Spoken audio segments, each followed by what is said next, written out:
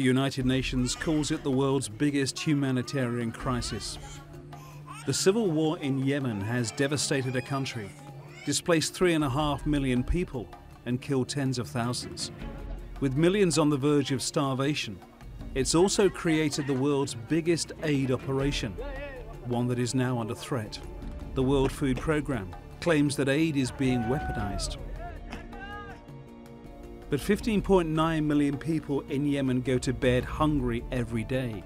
14 million need immediate help to sustain or save lives, and famine is a strong possibility. 80% of the people receiving food aid are in the Houthi rebel-controlled areas of the country.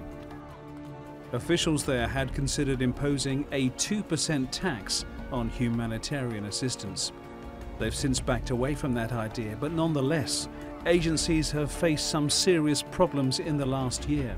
Lack of travel permits, intimidation of aid workers, and other restrictions have slowed the delivery of food aid to where it's needed. And there's now concern that aid deliveries could be scaled down. The interference now of authorities is so severe on so many fronts.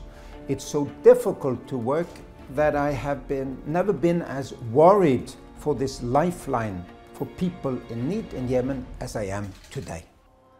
The agencies have also faced problems in areas controlled by the Saudi-backed Yemeni government, but according to the United Nations, these have been less dramatic. Aid groups, donor nations, and the UN met in Brussels last week. They say they've jointly decided to recalibrate or even suspend aid if the situation doesn't improve. The complication is that any concerted action could affect the efforts to bring to an end Yemen's ongoing war, and any suspension of aid could prove devastating for the people in need.